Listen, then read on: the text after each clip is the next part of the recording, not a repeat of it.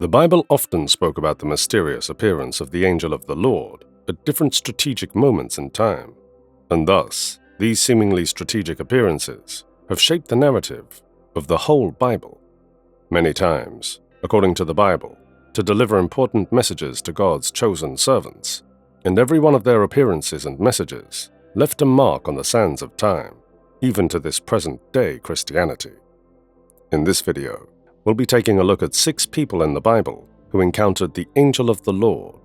The appearance of these mysterious beings, whose appearance has been likened to that of God, has left people wondering, who could these angels be?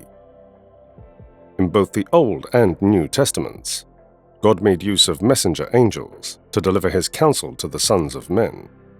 I think this could partly be because man cannot behold his presence, and this conclusion is drawn because of the encounter of the Israelites, who asked Moses to tell God to show himself to them. Exodus 19:16. And it came to pass on the 3rd day in the morning, that there were thunders and lightnings, and a thick cloud upon the mount, and the voice of the trumpet exceeding loud, so that all the people that was in the camp trembled. This goes to show that, because of the power of the presence of God, he chose to make himself known to his servant through his divine messenger. But are these divine messengers a lesser show of God's power, or are they just a representation of God's presence in human form? The encounter of Jacob with an angel seems to be one of the most prominent appearances of the angel of the Lord with a man. This appearance was so important to Jacob's life because it was the encounter that changed his destiny and that of his generation. Genesis 22:24-26. And Jacob was left alone, and there wrestled a man with him until the breaking of the day. And when he saw that he prevailed not against him, he touched the hollow of his thigh, and the hollow of Jacob's thigh was out of joint, as he wrestled with him. And he said, Let me go, for the day breaketh. And he said, I will not let thee go, except thou bless me. It is evident in this case, the angel of the Lord took on human form in his meeting with Jacob, and this one encounter brought the nation of Israel. The next encounter will leave you with more questions than answers. Abraham had maybe the highest number of encounters with the angel of the Lord in the Bible, but one that stood out was his encounter on Mount Moriah. This encounter was by far one of the most deciding moments in Abraham's life. Genesis 22:10-12. And Abraham stretched forth his hand, and took the knife to slay his son. And the angel of the Lord called unto him out of heaven, and said, Abraham, Abraham. And he said, Here I am. And he said, Lay not thine hand upon the lad, neither do thou anything unto him. For now I know that thou fearest God, seeing thou hast not withheld thy son, thine only son, from me. Abraham's obedience was counted unto him as righteousness. No wonder he is referred to as the father of all nations. The next encounter is covered in fire. We cannot talk about having encounters in the Bible without mentioning Moses. He also, just like Abraham, had so many encounters with the angel of God, as well as God himself, and one of the most prominent encounters with the angel of the Lord is accounted for in Exodus 3:2. And the angel of the Lord appeared unto him in a flame of fire out of the midst of a bush. And he looked, and behold, the bush burned with fire, and the bush was not consumed. This encounter was what led to the liberation of the children of Israel from captivity in Egypt. The next encounter was very unexpected.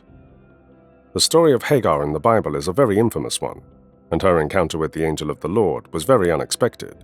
But God works in ways that the mind of man cannot comprehend. Her encounter is narrated in Exodus 16:7-11. And the angel of the Lord found her by a fountain of water in the wilderness, by the fountain in the way to Shur. And he said, Hagar, Sarai's maid, whence camest thou, and whither wilt thou go? And she said, I flee from the face of my mistress Sarai. And the angel of the Lord said unto her, Return to thy mistress, and submit thyself under her hands. And the angel of the Lord said unto her, I will multiply thy seed exceedingly, that it shall not be numbered for multitude. And the angel of the Lord said unto her, Behold, thou art with child, and bear a son, and shalt call his name Ishmael, because the Lord hath heard thy affliction. She was the first to have an encounter with the angel of the Lord in the Old Testament, and it was an unlikely encounter, yet one that was very strategic. The next encounter was for vengeance. Gideon is a man famed for his defeat of the Midianites with just 300 soldiers. Aside from the fact that he wasn't a warrior in his days, God chose him to lead his army to war, and he emerged victorious. But before such fame, he had an encounter with a divine messenger. Judges 3:12-13. And the angel of the Lord appeared unto him, and said unto him, The Lord is with thee, thy mighty man of valor.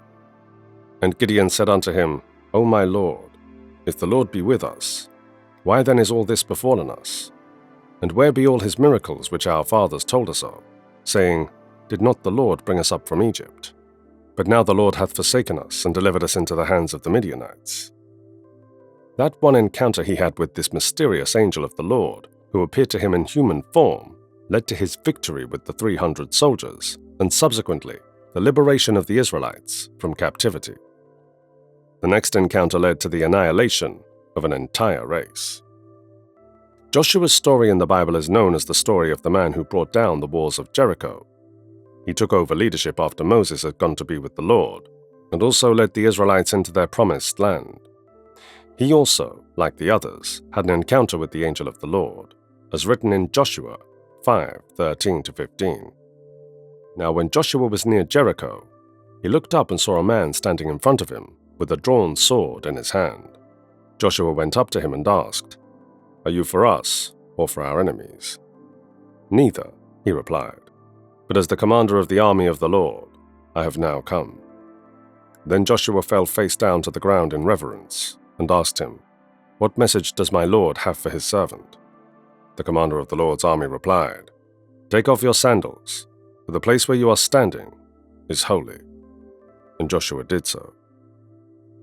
The case of theophany as it connects to the angel of the Lord is due to the fact that in all these encounters we see attributes of God being displayed, such as restoration in the case of Jacob, provision in the case of Abraham, giver of life in the case of Hagar, fire in the case of Moses, and victory in seemingly impossible circumstances in the case of Gideon and Joshua.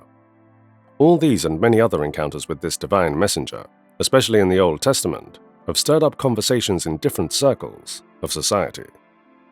The question is, who really is this angel of the Lord? The answer to this question remains unknown. Some have argued that he is just an angel. Others have argued that he is the Holy Spirit. Others have even said he is Jesus in human form. While others strictly believe that it is God taking on a human form that makes talking to his servant less overwhelming. However, the debate is still on.